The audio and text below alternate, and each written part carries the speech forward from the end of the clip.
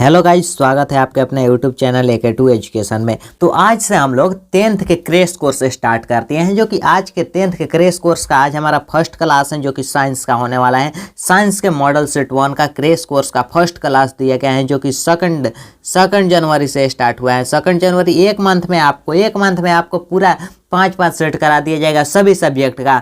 तो आप भी अगर 400 प्लस मार्क्स लाना चाहते हैं, 400 प्लस मार्क्स आप भी लाना चाहते हैं, तो हमारे AK2 एजुकेशन को सब्सक्राइब कर लीजिए और स्क्रीन पर नीचे में जो व्हाट्सअप नंबर दिख रहा है, इस व्हाट्सअप नंबर पर जरूर से मैसेज कीजिए, आपको व्हाट्सअप ग्रुप में ऐड कर दिया जाएगा। और PDF कहाँ मिलेगा तो हम बताऊंगा वीडियो में, तो वीडियो में बन रही है हमारे साथ। तो आज हम लोग इस तरह के टोटल 5 सेट देखने वाले हैं, सभी सब्जेक्ट का 5 सेट मिलेगा आपको। विज्ञान, सामाजिक विज्ञान, हिंदी, संस्कृत, मैथ, सभी सब्जेक्ट का 5 सेट मिलेगा। अगर आप 5 सेट पढ़ लेते हैं तो 400 प्लस मार्क्स आपको फिक्स है, इससे कम तो आने की संभावना ही नहीं है। तो पढ़ते रहिए हमारे साथ और चैनल को सब्सक्राइब कर लीजिए और अपने दोस्तों में भी ज़्यादा से ज़्यादा शेयर कीजिए। तो चलिए आज की क्लास को स्टार्ट करते हैं। आज देख सकते हैं मॉडल विज्ञान का मॉडल सेट 1 है, विज्ञान के मॉडल सेट 1 है, जो कि 2023 एग्जाम के लिए है। तो इस बार भी 80 ऑब्जेक्टिव आएगा, एक सेट में 80 ऑब्जेक्टिव रहेगा, मतलब टोटल आपको 400 ऑब्जेक्टिव प्रोवाइड किया जाएगा। इस 400 ऑब्जेक्टिव में से ही 80 ऑब्जेक्टिव आपके बोर्ड एग्जाम में पूछा जाएगा, इससे बाहर एक भी क्वेश्चन नहीं पूछा जाएगा आपके बोर्ड एग्जाम में। तो चलिए बिना टाइम वेस्ट करते हुए आज की क्लास को स्टार्ट करते हैं। आज की क्लास का फर्स्ट क्वेश्चन दिया गया है कि किस दर्पण की फोकस दूरी ऋणात्मक होती है। हमें बताना है किस दर्पण की फोकस दूरी ऋणात्मक होती है। हमें बताना है ऋणात्मक किस दर्पण की फोकस दूरी होती है। ऑप्शन ए में समतल दर्पण, ऑप्शन बी में अवतल दर्पण, ऑप्शन सी में उत्तल दर्पण और ऑप्शन डी में इनमें से कोई नहीं दिए गए हैं। तो जिस दर्पण की फोकस दूरी ऋणात्मक होती है वह है अवतल दर्पण। अवतल दर्पण की फोकस दूरी ऋणात्मक होती है। ऋणात्मक किसका फोकस दूरी होता है तो अवतल दर्पण की फोकस दूरी ऋणात्मक होता है, जो कि ऑप्शन नंबर बी इसका राइट आंसर हो जाएगा। चलिए अगला क्वेश्चन दिया गया है कि दर्पण की फोकस दूरी F, हमें फोकस दूरी दिया गया है F और वक्रता त्रिज्या R, दिया गया है, इसका क्या संबंध है। तो इस फार्मूला से हम लोग बहुत सारे न्यूमेरिकल क्वेश्चन को सोल्व करते हैं। F बराबर R/2 इसका फार्मूला होता है, F बराबर R/2 होता है। यह इस फार्मूला का उपयोग बहुत सारे न्यूमेरिकल को सोल्व करने में किया जाता है। चलिए तो इसका ऑप्शन नंबर बी में दिए गए हैं F बराबर R/2, तो यही हो जाएगा इसका राइट आंसर F बराबर R/2, जो कि दर्पण की फोकस दूरी F और वक्रता त्रिज्या R के बीच संबंध दर्शाता है, वह हो जाएगा F बराबर R/2। चलिए क्वेश्चन दिया गया है कि सामान्य दृष्टि के लिए अस्पष्ट दृष्टि की न्यूनतम दूरी क्या होती है। सामान्य दृष्टि के लिए अस्पष्ट न्यूनतम दूरी क्या होनी चाहिए। तो सामान्य दृष्टि के लिए जो अस्पष्ट न्यूनतम दूरी होती है वह होती है 25 सेंटीमीटर। न्यूनतम जो दूरी जब पूछ दिया जाए तो 25 सेंटीमीटर हो जाएगा। न्यूनतम जो दूरी 25 सेंटीमीटर होता है, जो कि ऑप्शन नंबर बी इसका राइट आंसर हो जाएगा। चलिए अगला क्वेश्चन देखते हैं। अगला क्वेश्चन दिया गया है कि श्वेत प्रकाश के कौन सा रंग वर्ण किसी प्रिज्म से गुजरने के पश्चात अपने कम झुकता है, सबसे कम झुकता है। श्वेत प्रकाश का कौन सा वर्ण है जो किसी प्रिज्म से गुजरने के बाद सबसे कम झुकता है। तो वह कौन सा वर्ण है जो सबसे कम झुकता है, हमें बताना है। तो वह वर्ण होता है कौन सा, बैगनी, नीला, लाल, पीला। तो लाल वर्ण है जो कि प्रिज्म से गुजरने के पश्चात बहुत कम झुकता है। चलिए अगला क्वेश्चन देखते हैं। अगला क्वेश्चन दिया गया है कि मानव आंख की रेटिना द्वारा बनाई गई छवि होती है। मानव आंख के रेटिना के द्वारा जो बनाई जाती है छवि वह कैसा होता है। तो मानव आंख के रेटिना के द्वारा जो छवि बनाया जाता है वह वास्तविक और उल्टा होता है। मानव रेटिना के द्वारा बनाई गई छवि वास्तविक और उल्टा होता है, जो कि ऑप्शन नंबर बी में अवेलेबल है, तो बी इसका राइट आंसर हो जाएगा। चलिए अगला क्वेश्चन दिए गए हैं कि आकाश का रंग नीला प्रतीत होता है। आकाश का रंग नीला क्यों प्रतीत होता है, हमें बताना है। प्रकाश के परावर्तन के कारण या प्रकाश के प्रकीर्णन के कारण या प्रकाश के अपवर्तन के कारण या इनमें से कोई नहीं। तो आकाश का रंग जो नीला प्रतीत होता है वह प्रकाश के प्रकीर्णन के कारण आकाश का रंग नीला प्रतीत होता है। किसके कारण, तो प्रकीर्णन के कारण आकाश का रंग नीला प्रतीत होता है। चलिए अगला क्वेश्चन देखते हैं। अगला क्वेश्चन दिया गया है कि किस दर्पण से वस्तु का प्रतिबिंब बड़ा बनता है। किस दर्पण से वस्तु का प्रतिबिंब बड़ा बनता है, हमें बताना है। तो किस दर्पण से वस्तु का प्रतिबिंब बड़ा बनता है। ऑप्शन ए में समतल दर्पण, ऑप्शन बी में अवतल दर्पण, ऑप्शन सी में उत्तल दर्पण और ऑप्शन डी में दिए गए हैं इनमें से कोई नहीं। तो अवतल दर्पण के द्वारा वस्तु का प्रतिबिंब बड़ा बनता है। किस दर्पण के द्वारा, तो अवतल दर्पण के द्वारा वस्तु का प्रतिबिंब बड़ा बनता है। चलिए अगला क्वेश्चन देखते हैं। अगला क्वेश्चन दिया गया है कि निम्नलिखित में से कौन सा लेंस निकट दृष्टि दोष को ठीक करने के लिए उपयोग किया जाता है। क्वेश्चन ध्यान से सुनिए, हमें पूछ रहा है कि निकट दृष्टि दोष को ठीक करने के लिए, तो निकट दृष्टि दोष जब रहे तो वहाँ अवतल लेंस हो जाएगा, और दूर दृष्टि दोष रहे, दूर दृष्टि दोष अगर यहाँ रहता है तो उत्तल लेंस हो जाता है। लेकिन हमसे पूछ रहा है निकट दृष्टि दोष, तो अवतल लेंस हो जाएगा। दोनों क्लियर हो गया। चलिए अगले क्वेश्चन की तरफ चलते हैं। अगला क्वेश्चन दिए गए हैं जो कि 9 नंबर क्वेश्चन है, निम्नलिखित में से कौन उपकरण विद्युत धारा की उपस्थिति दर्शाता है। इनमें से कौन सा उपकरण विद्युत धारा की उपस्थिति को दर्शाता है, हमें बताना है। तो इनमें कौन उपकरण है जो विद्युत धारा की उपस्थिति को दर्शाता है। तो गैल्वेनोमीटर ऐसा उपकरण है जो विद्युत धारा के उपस्थिति को दर्शाता है। कौन है, तो गैल्वेनोमीटर विद्युत धारा के उपस्थिति को दर्शाता है, जो कि ऑप्शन नंबर ए में इसका राइट आंसर दिया गया है। चलिए अगला क्वेश्चन दिए गए हैं, काफी इंपॉर्टेंट और वीवीआई क्वेश्चन है, दाएं हाथ के अंगूठे के नियम किसने प्रतिपादित किया। दाएं हाथ के अंगूठे का जो नियम है यह किसने प्रतिपादित किया, ऑटस ने या फ्लेमिंग ने या आइंस्टीन ने या मैक्सवेल ने। तो दाएं हाथ के अंगूठे के नियम किसने प्रस्तावित किया, तो यह प्रस्तावित किया फ्लेमिंग ने प्रस्तावित किया दाएं हाथ के अंगूठे के नियम। चलिए अगला क्वेश्चन देखते हैं। अगला क्वेश्चन दिए गए हैं कि विभवांतर का एसआई मात्रक होता है। तो विभवांतर का एसआई मात्रक क्या होता है, वोल्ट या ओम या एम्पियर या कूलम। तो विभवांतर का जो एसआई मात्रक होता है वह वोल्ट होता है। विभवांतर का एसआई मात्रक क्या होता है, वोल्ट होता है। एसआई मात्रक सभी याद कर लीजिए, विभवांतर का एसआई मात्रक वोल्ट होता है। और इसका शॉर्ट वीडियो भी बहुत जल्द ही मिलेगा आप लोगों को। तो चलिए अगले क्वेश्चन की तरफ चलते हैं बिना टाइम वेस्ट किए। अगला क्वेश्चन दिया गया है कि निम्नलिखित में किस संयोजन द्वारा प्रतिरोध का मान बढ़ता है। किस संयोजन के द्वारा प्रतिरोध का मान बढ़ता है, श्रेणी क्रम या समांतर क्रम या श्रेणी एवं समांतर दोनों। तो इनमें से कोई नहीं। तो श्रेणी क्रम के द्वारा संयोजन का प्रतिरोध बढ़ता है, समांतर क्रम के द्वारा नहीं बढ़ता है, और श्रेणी एवं समांतर दोनों के द्वारा यह भी नहीं होगा, श्रेणी के द्वारा बढ़ता है। तो ऑप्शन नंबर ए इसका राइट आंसर हो जाएगा। ऑप्शन नंबर ए इसका राइट आंसर हो जाएगा, श्रेणी क्रम के द्वारा प्रतिरोध का मान बढ़ता है। अगला क्वेश्चन दिया गया है कि चुंबकीय बल रेखा की प्रकृति होती है। चुंबकीय बल रेखा की प्रकृति कैसी होती है। तो चुंबकीय बल रेखा की प्रकृति कैसी होती है, वास्तविक होती है, काल्पनिक होते हैं, वास्तविक एवं काल्पनिक दोनों होती हैं कि इनमें से कोई नहीं होते हैं। तो चुंबकीय बल रेखा की जो प्रकृति होती है वह काल्पनिक होती है। कैसी होती है, तो चुंबकीय बल रेखा की प्रकृति काल्पनिक होती है, जो कि ऑप्शन नंबर ए इसका राइट आंसर हो जाएगा। चलिए अगले क्वेश्चन की तरफ चलते हैं। अगला क्वेश्चन दिया गया है कि 1 किलोवाट किसके बराबर होता है। 1 किलोवाट किसके बराबर होता है, हमें बताना है। तो 1 किलोवाट घंटा किसके बराबर होता है। तो 1 किलोवाट घंटा को जब हम निकालते हैं तो 3.6 × 10⁻6 जूल के बराबर होता है। काफी अभी भी एक क्वेश्चन है, आपके बोर्ड एग्जाम में कई बार पूछ दिया गया है और 2023 में 100% गारंटी है कि पूछा ही जाएगा आपके बोर्ड एग्जाम में। 1 किलोवाट घंटा किसके बराबर होता है, तो 3.6 × 10⁻6 जूल के बराबर होता है। चलिए अगला क्वेश्चन देखते हैं। अगला क्वेश्चन दिया गया है कि नवीकरणीय ऊर्जा स्रोत क्या है। नवीकरणीय ऊर्जा स्रोत क्या है, हमें बताना है। तो नवीकरणीय ऊर्जा स्रोत क्या है, नाभिकीय ऊर्जा है या सौर ऊर्जा है या कोयले से प्राप्त ऊर्जा है या प्राकृतिक गैस से प्राप्त ऊर्जा है। तो जो नवीकरणीय ऊर्जा स्रोत होता है वह एक सौर ऊर्जा है। नवीकरणीय ऊर्जा स्रोत सौर ऊर्जा है, जो कि ऑप्शन नंबर बी इसका राइट आंसर हो जाएगा। चलिए अगला क्वेश्चन दिया गया है कि कौन सा लेंस अपसारी लेंस भी कहा जाता है। किस लेंस को अपसारी लेंस भी कहते हैं। तो किस लेंस को हम अपसारी लेंस के नाम से भी जानते हैं।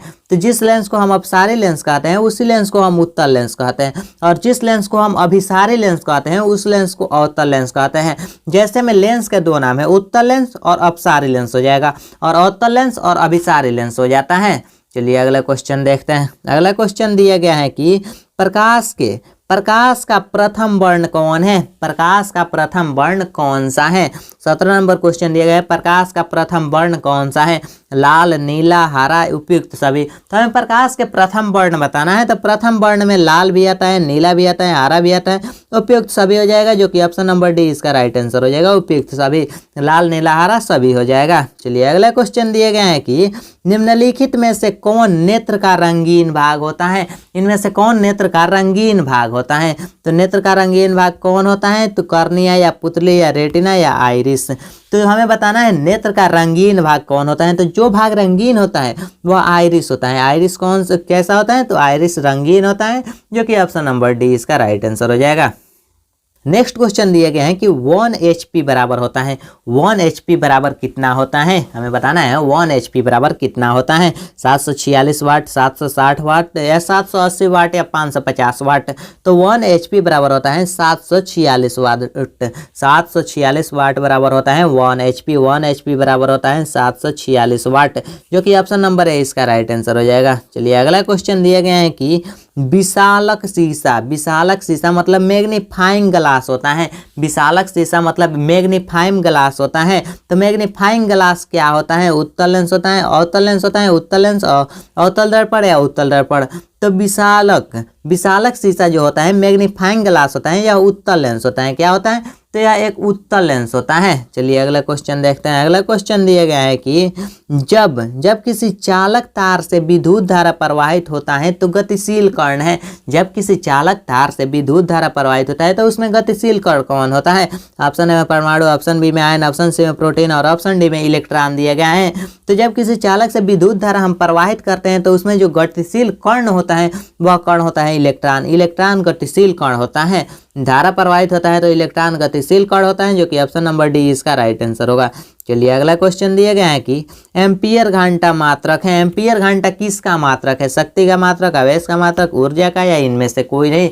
हम बताना है एम्पियर घंटा किसका मात्रक है। तो एम्पियर घंटा जो होता है आवेश का मात्रक है। आवेश का मात्रक क्या है? तो एम्पियर घंटा होता है आवेश का मात्रक। चलिए अगला क्वेश्चन दिया गया है कि निम्नलिखित में कौन मात्रक वाट के बराबर होता है? हमें बताना है वाट के बराबर कौन सा मात्रक होता है।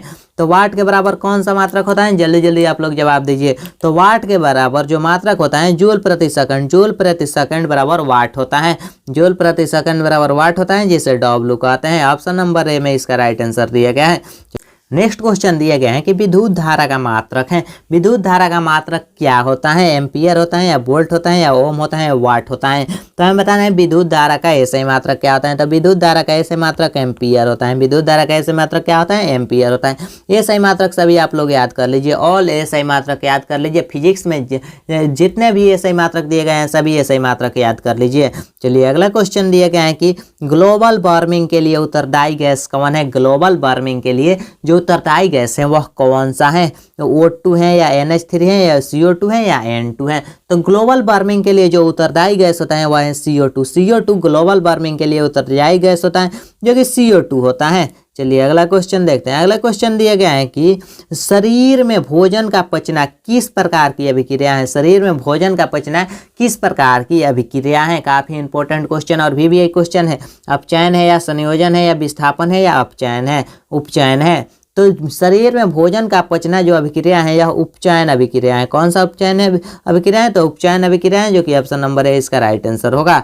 और आपको अभी तक आपने को पीडीएफ नहीं मिला है तो पीडीएफ का लिंक नीचे डिस्क्रिप्शन में दिए गए हैं। डिस्क्रिप्शन में लिंक दिया गया है, वहाँ से लिंक पर क्लिक करके आप डाउनलोड कर सकते हैं। नहीं तो आपको यहाँ स्क्रीन पर जो नीचे में नंबर दिख रहा है इस नंबर पर आप व्हाट्सअप करके डायरेक्ट बोल सकते हैं हमें 10th का पीडीएफ चाहिए, मॉडल सेट चाहिए, तो आपको मॉडल सेट प्रोवाइड कर दिया जाएगा, बिल्कुल फ्री में मिलेगा। अगला क्वेश्चन दिए गए हैं कल्ली चूना पर जब जल डाला जाता है तब अभिक्रिया होती है। कल्ली चूना पर जब जल डाला जाता है तब कौन अभिक्रिया होती है? ऊष्माक्षेपीय अभिक्रिया या ऊष्माशोषी अभिक्रिया या विस्फोटक या इनमें से कोई नहीं। तो कल्ली चूना पर जब जल डाला जाता है, कल्ली चूना पर जब जल डाला जाता है तो ऊष्माक्षेपीय अभिक्रिया होती है। कौन अभिक्रिया? तो ऊष्माक्षेपीय अभिक्रिया होती है, जो कि ऑप्शन नंबर ए होगा, ऊष्माक्षेपीय अभिक्रिया होती है। चलिए अगला क्वेश्चन दिया गया है कि निम्नलिखित में कौन सबसे अधिक क्रियाशील है? निम्नलिखित में कौन सबसे अधिक अभिक्रियाशील है हमें बताना है। तो इनमें से जो सबसे अधिक अभिक्रियाशील है वह कौन है? तो जो सबसे अधिक अभिक्रियाशील होता है वह है CU। CU सबसे अधिक अभिक्रियाशील है। अगला क्वेश्चन दिया गया है चूना पत्थर का रासायनिक सूत्र है। चूना पत्थर का रासायनिक सूत्र क्या होता है? काफी इंपॉर्टेंट क्वेश्चन है। चूना पत्थर का रासायनिक सूत्र क्या होता है? तो जल्दी जल्दी आप लोग कमेंट बॉक्स में जवाब दीजिए। चूना पत्थर का जो रासायनिक सूत्र होता है CaOH2 होता है। चूना पत्थर का रासायनिक सूत्र क्या होता है? CaOH2 होता है, जो कि ऑप्शन नंबर डी इसका राइट आंसर हो जाएगा। CaOH2 होता है चूना पत्थर का रासायनिक सूत्र। चलिए अगला क्वेश्चन दिया गया है कि कोई विलयन लाल लिटमस को नीला कर देता है। कोई विलयन है जो लाल लिटमस को नीला कर देता है, उसका पीएच मान क्या होगा? कोई विलयन अगर लाल लिटमस को नीला कर देता है तो उसका पीएच मान क्या होगा? 11 होगा, 10 होगा या 5 होगा या ए और बी दोनों होगा। तो जो लाल लिटमस को नीला कर देता है उसका पीएच मान 10 और 11 होता है। 10 से 11 होता है, जो कि ए और बी दोनों हो जाएगा। ऑप्शन नंबर डी इसका राइट आंसर हो जाएगा। नेक्स्ट क्वेश्चन दिया गया है कि एल्काइन में कार्बन के बीच कितने सहसंयोजक बंधन होते हैं। एल्काइन में कार्बन के बीच कितने सहसंयोजक बंधन होते हैं। कार्बन के बीच हमें बताना है कितने सहसंयोजक बंधन होते हैं, 1 2 3 4। तो कार्बन के बीच जो सहसंयोजक बंधन होते हैं वह 3 होते हैं। कार्बन के बीच जब पूछा जाए तो 3 सहसंयोजक बंधन होते हैं। चलिए अगला क्वेश्चन दिया गया है कि ग्लूकोज का आणविक सूत्र होता है। ग्लूकोज का आणविक सूत्र क्या होता है। तो ग्लूकोज का आणविक सूत्र सिर्फ हमें बता देना है कि क्या होता है। तो 32 नंबर क्वेश्चन में यही पूछना है ग्लूकोज का आणविक सूत्र क्या होता है। तो ग्लूकोज का आणविक सूत्र होता है C6H12O6 होता है, ग्लूकोज का आणविक सूत्र होता है। चलिए अगला क्वेश्चन देखते हैं। अगला क्वेश्चन दिया गया है कि उच्च बसीय अम्लों के सोडियम लवण कहलाते हैं। उच्च बसीय अम्लों के सोडियम लवण क्या कहलाते हैं। तो उच्च बसीय अम्लों के जो सोडियम लवण होते हैं वह क्या कहलाते हैं। साबुन, अपमार्जक, प्लास्टिक, रबर। तो उच्च बसीय अम्लों के जो सोडियम लवण है वह साबुन कहलाते हैं। क्या कहलाते हैं। तो साबुन कहलाते हैं। चलिए अगला क्वेश्चन देखते हैं। अगला क्वेश्चन दिया गया है कि -CHO अभिक्रियाशील मूलक को कहते हैं। -CHO अभिक्रियाशील मूलक को क्या कहते हैं। एल्डिहाइड कहते हैं या एल्कोहल कहते हैं या कीटोन कहते हैं, इनमें से कोई नहीं कहते हैं। तो क्वेश्चन पूछा है -CHO अभिक्रियाशील मूलक को क्या कहते हैं। तो -CHO अभिक्रियाशील मूलक को एल्डिहाइड कहते हैं। -CHO अभिक्रियाशील मूलक के।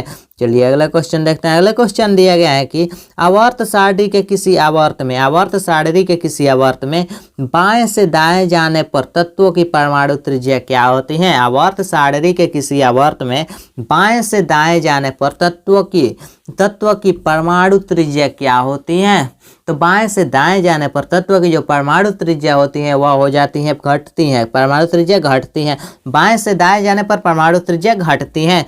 क्वेश्चन ध्यान से सुनिए, बाएं से जाए दाएं जाए तो परमाणु त्रिज्या घटेगी। चलिए अगला क्वेश्चन देखते हैं। अगला क्वेश्चन दिया गया है कि निम्नलिखित तत्वों को उसके अधातु गुण के अनुसार बढ़ते क्रम में सजाए।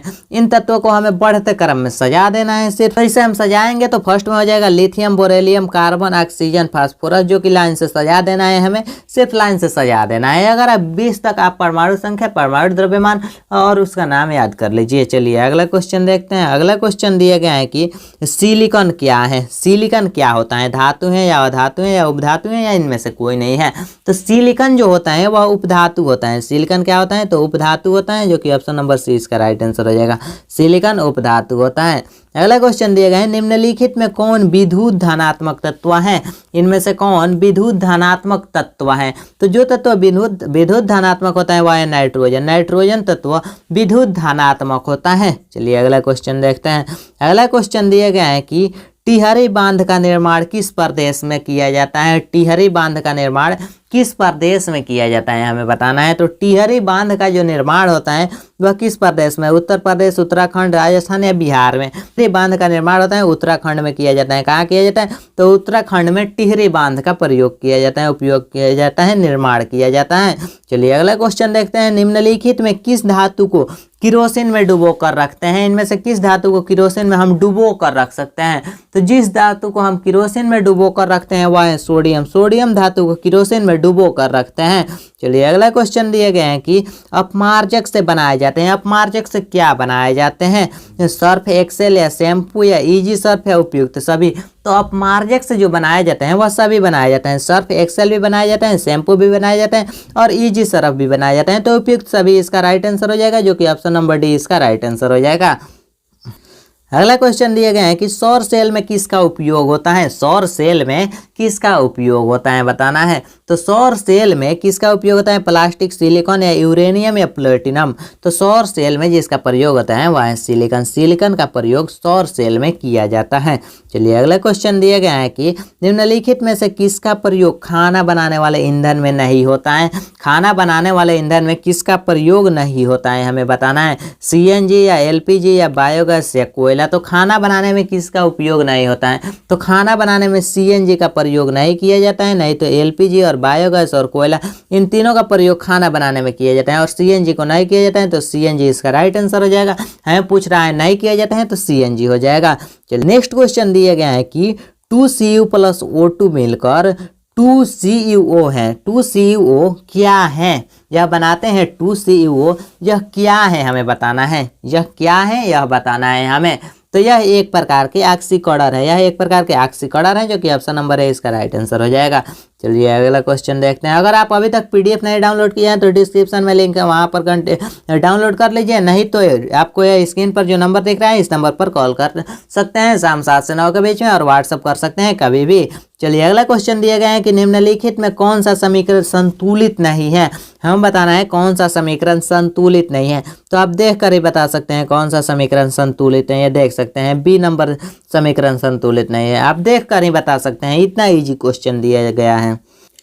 अगला क्वेश्चन दिया गया है कि उदासीन विलयन का पीएच मान होता है। उदासीन विलयन का पीएच मान क्या होता है? तो उदासीन विलयन जब आपसे पूछा जाए उदासीन विलयन, तो उदासीन विलयन का पीएच मान 7 होता है। उदासीन विलयन का पीएच मान 7 होता है। और अम्लीय पूछा जाए तो 7 से कम होता है। अम्लीय 7 से कम होता है और क्षारीय 7 से अधिक होता है। अगला क्वेश्चन दिए गए हैं कि निम्नलिखित में कौन दुर्बल अम्ल है। हमें बताना है निम्न में से कौन दुर्बल अम्ल है। तो दुर्बल अम्ल जो होता है वो CH3COOH हो जाएगा, यह एक दुर्बल अम्ल है, जो कि ऑप्शन नंबर सी इसका राइट आंसर हो जाएगा। चलिए अगला क्वेश्चन दिए गए हैं कि क्रायोलाइट अयस्क है। क्रायोलाइट अयस्क है, किसका अयस्क है? क्रायोलाइट तांबा का, लोहा का, या मैग्नीशियम का, एल्यूमिनियम का। हमें बताना है क्रायोलाइट किसका अयस्क है। तो जो क्रायोलाइट जो अयस्क होता है वह एल्यूमिनियम का अयस्क है। किसका अयस्क है? तो एल्यूमिनियम का अयस्क है, एल्यूमिनियम का अयस्क है क्रायोलाइट। चलिए अगला क्वेश्चन दिया गया है कि पोटेशियम की परमाणु संख्या है। पोटेशियम की परमाणु संख्या क्या होती है? हमें परमाणु संख्या पूछ दिया गया है कि पोटेशियम के परमाणु संख्या क्या होता है। तो पोटेशियम का जो परमाणु संख्या होता है वह 18 होता है। पोटेशियम का परमाणु संख्या 18 होता है, जो कि ऑप्शन नंबर बी में दिया गया है। पोटेशियम का परमाणु संख्या 18 होता है। चलिए अगला क्वेश्चन दिया गया है फॉर्मिक अम्ल का IUPAC नाम। आज ही हम इंटर वाले स्टूडेंट को बताए IUPAC नाम निकालने के लिए। तो फॉर्मिक अम्ल का IUPAC नाम क्या होगा? तो जब आप भी फॉर्मिक अम्ल का IUPAC नाम निकालेंगे तो इसका हो जाएगा मेथेनोइक अम्ल। मेथेनोइक अम्ल होगा फॉर्मिक अम्ल का IUPAC नाम। नेक्स्ट क्वेश्चन दिए गए हैं इथाइल एल्कोहल का अणु सूत्र है। इथाइल एल्कोहल का अणु सूत्र क्या होता है? तो इथाइल एल्कोहल का अणु सूत्र क्या होता है हमें बताना है। तो इथाइल एल्कोहल का अणु सूत्र C2H5OH होता है। C2H5 किसका अणु सूत्र होता है? तो इथाइल एल्कोहल का अणु सूत्र होता है C2H5OH। C2H5OH इथाइल एल्कोहल का अणु सूत्र होता है।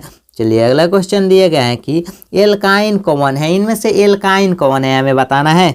तो एल्काइन कौन है? 52 नंबर क्वेश्चन दिए गए हैं, काफी इंपॉर्टेंट और VVI क्वेश्चन है कि एल्काइन कौन है। तो C2H2 एल्काइन है। C2H2 क्या है? तो एल्काइन हो जाएगा C2H2। चलिए अगला क्वेश्चन दिए गए हैं कि चीनी का रासायनिक सूत्र है। चीनी का रासायनिक सूत्र क्या हो जाएगा? काफी इंपॉर्टेंट क्वेश्चन है, आपके बोर्ड एग्जाम में रासायनिक सूत्र जरूर पूछा जाएगा। 2 से 3 नंबर का आपके बोर्ड एग्जाम में रासायनिक सूत्र पूछा जाएगा। तो चीनी का रासायनिक सूत्र क्या होता है? तो चीनी का रासायनिक सूत्र C12H/SO11 होता है। चीनी का रासायनिक सूत्र C12H/SO11 होता है, तो याद कर लीजिए। चलिए अगले क्वेश्चन की तरफ चलते हैं। अगला क्वेश्चन दिया गया है कि एसिटिलीन में कार्बन कार्बन के बीच सहसंयोजक बंधन की संख्या होती है। जब आपको कार्बन कार्बन के बीच सहसंयोजक बंधन की संख्या पूछा जाए तो इस बीच में आपके सहसंयोजक बंधन की संख्या 3 हो जाएगी। 3 हो जाएगी कार्बन कार्बन के सहसंयोजक बंधन की संख्या। नेक्स्ट क्वेश्चन दिए गए हैं श्वसन के अध्ययन के लिए उपयोग किए जाने वाले बीज है। श्वसन के अध्ययन के लिए कौन सा बीज उपयोग किया जाता है? सूखे बीज या अंकुरित बीज या उपला हुआ बीज या कुचले हुए बीज? तो श्वसन के अध्ययन के लिए उपयोग किए जाने वाला बीज होता है अंकुरित बीज। बीज को अंकुरित करके उसका उपयोग किया जाता है। चलिए अगला क्वेश्चन देखते हैं। अगला क्वेश्चन दिया गया है कि मानव वृक्क किस प्रणाली का एक हिस्सा है? मानव वृक्क किस प्रणाली का एक हिस्सा है हमें बताना है। तो मानव वृक्क जिस प्रणाली का एक हिस्सा है वह प्रणाली हो जाएगा उत्सर्जन। मानव वृक्क उत्सर्जन प्रणाली का एक हिस्सा है, जो कि ऑप्शन नंबर सी हो जाएगा। उत्सर्जन प्रणाली का एक हिस्सा है मानव वृक्क। चलिए अगला क्वेश्चन दिया गया है कि पौधों में जाइलम निम्नलिखित में से किसके परिवहन के लिए जिम्मेदार है? पौधों में जाइलम निम्नलिखित में से किसके परिवहन के लिए जिम्मेदार है? तो पौधों में जो जाइलम होता है वह किसके परिवहन के लिए जिम्मेदार होता है? ऑप्शन ए में पानी, ऑप्शन बी में भोजन, ऑप्शन सी में एमिनो एसिड और ऑप्शन डी में ऑक्सीजन दिया गया है। तो पौधों में जाइलम जो होता है वह उसके किसके परिवहन के लिए जिम्मेदार होता है? तो पानी के परिवहन के लिए जिम्मेदार होता है जाइलम, जो कि ऑप्शन नंबर ए इसका राइट आंसर होगा। चलिए अगला क्वेश्चन दिया गया है कि श्वसन के दौरान कौन सी गैस निकलती है। श्वसन के दौरान कौन सी गैस निकलती है। जब हम सांस लेते हैं तो कौन सा गैस निकलता है, CO2 या CO या N2 या O2। तो श्वसन के दौरान जो गैस निकलती है वह है CO2। CO2 गैस हम लोग छोड़ते हैं श्वसन के दौरान। चलिए अगला क्वेश्चन दिया गया है कि फलों के पकने को निम्न में से किससे नियंत्रित किया जाता है। फलों के पकने को निम्न में से किससे नियंत्रित किया जाता है। तो फलों के पकने को किससे नियंत्रित किया जाता है, तो एथिलीन से नियंत्रित किया जाता है। फलों के पकने को एथिलीन से नियंत्रित किया जाता है। अगला क्वेश्चन दिया गया है कि न्यूरॉन का वह हिस्सा जहां जानकारी हासिल की जाती है। न्यूरॉन का वह हिस्सा जहां जानकारी हासिल की जाती है, तो वह कौन सा हिस्सा है जहां जानकारी हासिल की जाती है। तो डेट्रॉइड एक हिस्सा है जहां जानकारी हासिल की जाती है। कौन सा हिस्सा है, तो डेट्रॉइड एक हिस्सा है जहां जानकारी हासिल की जाती है, जो कि ऑप्शन नंबर ए इसका राइट आंसर हो जाएगा। चलिए अगला क्वेश्चन की तरफ चलते हैं। अगला क्वेश्चन दिया गया है कि निम्नलिखित में से कौन आपातकाल का हार्मोन है। इनमें से कौन सा हार्मोन आपातकाल का हार्मोन है, हमें बताना है आपातकाल का हार्मोन कौन है। तो एड्रीनैलिन आपातकाल का हार्मोन है। कौन हार्मोन है, तो एड्रीनैलिन आपातकाल का हार्मोन है, जो कि ऑप्शन नंबर ए हो जाएगा एड्रीनैलिन। चलिए अगला क्वेश्चन दिया गया है जो कि 62 नंबर क्वेश्चन है। निम्नलिखित में से कौन सी अनैच्छिक क्रिया नहीं है। इनमें से कौन अनैच्छिक क्रिया नहीं है, हमें बताना है। तो उल्टी या अधिक लार बहना या दिल की धड़कन या चबाना। तो हमें बताना है इनमें से कौन अनैच्छिक क्रिया नहीं है। अनैच्छिक क्रिया है नहीं, अनैच्छिक क्रिया नहीं है बताना है। तो अनैच्छिक क्रिया नहीं है चबाना एक अनैच्छिक क्रिया नहीं है। नहीं तो ये बाकी तीनों अनैच्छिक क्रिया है, नहीं है तो चबाना अनैच्छिक क्रिया नहीं होता है। चलिए अगला क्वेश्चन देखते हैं। अगला क्वेश्चन दिए गए हैं कि मानव में गर्भ की अवधि कितनी होती है। मानव में जो गर्भ की अवधि होती है वह कितने दिनों की होती हैं। तो मानव में गर्भ की अवधि कितने दिनों की होती है, 270 दिन, 290 दिन, 200 दिन या 245 दिन। तो मानव में गर्भ की जो अवधि होती है वह 270 दिन की होती है। 270 दिन की होती है मानव में गर्भ की अवधि। चलिए नेक्स्ट क्वेश्चन दिया गया है कि गंगा एक्शन प्लान कब शुरू हुआ। गंगा एक्शन प्लान कब शुरू किया गया था। गंगा एक्शन एक प्लान है, यह कब शुरू किया गया था। तो गंगा एक्शन जो प्लान है यह कब शुरू किया गया, तो 1985 ईस्वी में गंगा एक्शन प्लान शुरू किया गया 1985 ईस्वी में, जो कि ऑप्शन नंबर बी हो जाएगा इसका राइट आंसर। चलिए मुकुलन द्वारा अलैंगिक जनन निम्नांकित किस में होता है। मुकुलन द्वारा अलैंगिक जनन निम्नांकित किस में होता है। तो मुकुलन द्वारा जो अलैंगिक जनन होता है वह निम्नांकित किस में होता है, हमें बताना है। तो वह निम्नांकित होता है ईस्ट में। ईस्ट में निम्नांकित होता है, जो कि ईस्ट हो जाएगा इसका राइट आंसर। ऑप्शन नंबर है, काफी VBI क्वेश्चन है या। चलिए अगला क्वेश्चन देखते हैं। अगला क्वेश्चन दिया गया है कि निम्नलिखित में से कौन सी बीमारी श्वसन तंत्र से संबंधित है। कौन सी बीमारी है जो कि श्वसन तंत्र से संबंधित है। ऑप्शन ए में दिए गए हैं डायरिया, ऑप्शन बी में TB, ऑप्शन सी में अमोनिया और ऑप्शन डी में दिए गए हैं B और C दोनों। तो जो बीमारी श्वसन तंत्र से संबंधित है वह बीमारी है TB। TB बीमारी श्वसन तंत्र से संबंधित होता है, जो कि ऑप्शन नंबर बी में दिए गए हैं। चलिए अगला क्वेश्चन दिया गया है जो कि 67 नंबर क्वेश्चन है। मनुष्य और अन्य मांसाहारी जीव निम्नलिखित में किसका पाचन नहीं कर पाते। मनुष्य एवं अन्य मांसाहारी जीव किसका पाचन नहीं कर पाते हैं। प्रोटीन या सेलुलोज या वसा, इनमें से सभी। तो मनुष्य या मांसाहारी जीव जो होता है वह सेलुलोज का पाचन नहीं कर पाते हैं। सेलुलोज का पाचन नहीं कर पाते हैं। किसका पाचन, तो सेलुलोज का पाचन नहीं कर पाते हैं।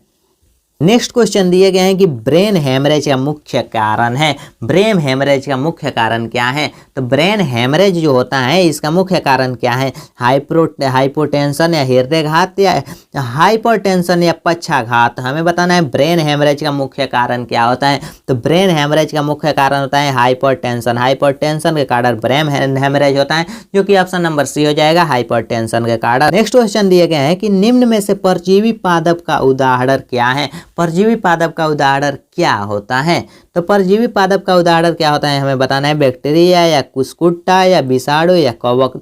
तो परजीवी पादप का जो उदाहरण होता है वह होता है कुस्कुट्टा। कुस्कुट्टा किसका उदाहरण है, तो परजीवी पादप का उदाहरण होता है कुस्कुट्टा। नेक्स्ट क्वेश्चन दिया गया है, काफी VBI क्वेश्चन है और आपके बोर्ड एग्जाम में कई बार पूछ दिया गया है और आपके 2023 में तो 100% गारंटी दिया जाता है कि आएगा ही आएगा। तो हृदय में रक्त को संपूर्ण शरीर में पंप किया जाता है। हृदय से रक्त को संपूर्ण शरीर में पंप किसके द्वारा किया जाता है, फेफड़ों के द्वारा या निलय के द्वारा या आलिंदों के द्वारा, कि इनमें सभी के द्वारा।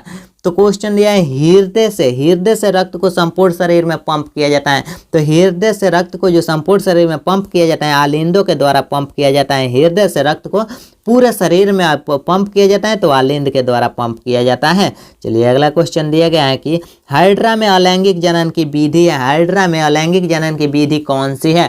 तो हाइड्रा में अलैंगिक जनन की विधि जो होती है वह है मुकुलन, मुकुलन होती है। हाइड्रा में अलैंगिक जनन की विधि जो होती है वह होती है मुकुलन, मुकुलन हो जाएगा इसका राइट आंसर। चलिए अगला क्वेश्चन देखते हैं। अगर आप अभी तक पीडीएफ डाउनलोड नहीं किए तो डिस्क्रिप्शन में लिंक है, डिस्क्रिप्शन में लिंक है, वहां से जाकर पीडीएफ डाउनलोड कर सकते हैं बिल्कुल फ्री में, और इस नंबर पर व्हाट्सअप करना ना भूले। चलिए अगले क्वेश्चन की तरफ चलते हैं। अगला क्वेश्चन दिए गए हैं जनन संचारित रोग कौन सा है? जनन संचारित रोग कौन सा है? कौन सा रोग जनन संचारित रोग है? 4 विकल्प आपके सामने है, सिफिलिस, एड्स, गोनोरिया और इनमें सभी दिया गया है। तो जो जनन संचारित रोग होता है वह सिफिलिस भी होता है, एड्स भी होता है, गोनोरिया भी होता है, तो सभी हो जाएगा इसका राइट आंसर। सभी यह जनन संचारित रोग हैं, जो कि ऑप्शन नंबर डी इसका राइट आंसर हो जाएगा। चलिए अगला क्वेश्चन दिया गया है कि पुष्प का बाहरी भाग है, पुष्प का बाहरी भाग कौन सा होता है? बाह्य दल पुंज, दल पुंज, पुकेसर या स्त्री केसर? तो पुष्प के सबसे बाहरी भाग हैं हमें बताना है। तो पुष्प का जो सबसे बाहरी भाग होता है, जो सबसे बाहरी भाग होता है वह बाह्य दल पुंज होता है, बाहरी भाग बाह्य दल पुंज होता है, जो कि ऑप्शन नंबर ए इसका राइट आंसर हो जाएगा। चलिए अगला क्वेश्चन देखते हैं। नेक्स्ट क्वेश्चन दिए गए हैं कि ब्लड समूह ए में कौन सा एंटीबॉडी होता है? ब्लड समूह जो ए होता है, ए ग्रुप के ब्लड समूह होता है, इनमें कौन एंटीबॉडी होता है हमें बताना है। तो इनमें कौन सा एंटीबॉडी पाया जाता है? तो इसमें जो एंटीबॉडी पाया जाता है वह बी एंटीबॉडी पाया जाता है, बी एंटीबॉडी पाया जाता है। ब्लड ग्रुप ए में बी एंटीबॉडी पाया जाता है।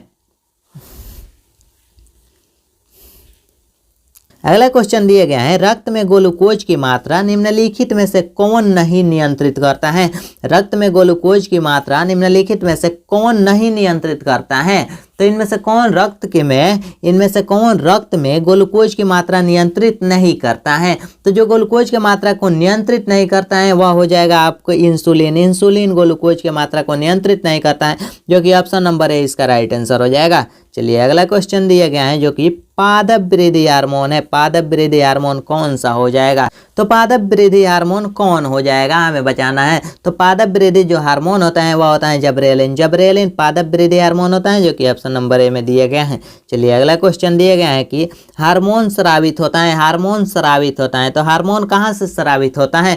अंतःस्रावी ग्रंथि से या बहिःस्रावी ग्रंथि से या नलिका से या इनमें से कोई नहीं। तो हमें बताना है हार्मोन कहाँ से स्रावित होता है। तो हार्मोन स्रावित होता है अंतःस्रावी ग्रंथि से। अंतःस्रावी ग्रंथि से क्या स्रावित होता है? तो हार्मोन स्रावित होता है अंतःस्रावी ग्रंथि से, जो कि ऑप्शन नंबर ए इसका राइट आंसर होगा। चलिए अगला क्वेश्चन देखते हैं। अगला क्वेश्चन दिया गया है कि मनुष्य के मुख गुहा में कितने जोड़े लार ग्रंथियां पाई जाती हैं? मनुष्य के मुख गुहा में कितने जोड़े लार ग्रंथियां पाई जाती हैं? 1 जोड़े, 2 जोड़े, 3 जोड़े, 4 जोड़े आपके सामने विकल्प दिए गए हैं। तो कितने जोड़े लार ग्रंथियां पाई जाती हैं? तो 3 जोड़े, 3 जोड़े लार ग्रंथियां पाई जाती हैं मनुष्य के मुख गुहा में। चलिए अगला क्वेश्चन दिया गया है कि एंड्रोजेम है, एंड्रोजेम क्या है? मेल हार्मोन है या फीमेल हार्मोन है या पाचक रस है या पैराथायराइड हार्मोन है? तो एंड्रोजन बताना है। तो एंड्रोजन क्या है? तो एंड्रोजन मेल हार्मोन होता है, मेल हार्मोन है, फीमेल नहीं होगा, फीमेल मारेंगे तो गलत हो जाएगा। एंड्रोजन जब पूछा जाए तो मेल हार्मोन होगा। इस मॉडल सेट का लास्ट क्वेश्चन दिया गया है कि मटर को अपने प्रयोग के लिए किसने चुना? किसने मटर को अपने प्रयोग के लिए चुना? तो मेंडल ने मटर को अपने प्रयोग के लिए चुना, मेंडल ने मटर को अपने प्रयोग के लिए चुना। आपके बोर्ड एग्जाम में टोटल 80 ऑब्जेक्टिव क्वेश्चन पूछा जाएगा, जिसमें से आपको 40 को टिक करना है, 80 में 80 नहीं मारना है, मात्र 40 क्वेश्चन को ही सोल्व करना है। अगर आप भी 400 प्लस मार्क्स लाना चाहते हैं तो इस हमारे 5 सेट को जरूर देख लीजिएगा।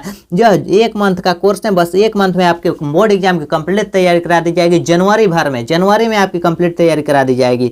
तो चैनल पर पहली बार आए तो सब्सक्राइब कर लीजिए, वीडियो को लाइक कर दीजिए। मिलते हैं कल के वीडियो में, जिसमें हम लोग देखेंगे कि सोशल साइंस के मॉडल सेट 1 को सोल्व करेंगे। इस तरह से हम लोग बारी बारी सभी सब्जेक्ट के मॉडल सेट को सोल्व करेंगे। तो चलिए आज के वीडियो में इतना ही, मिलते हैं नेक्स्ट वीडियो में, बाय।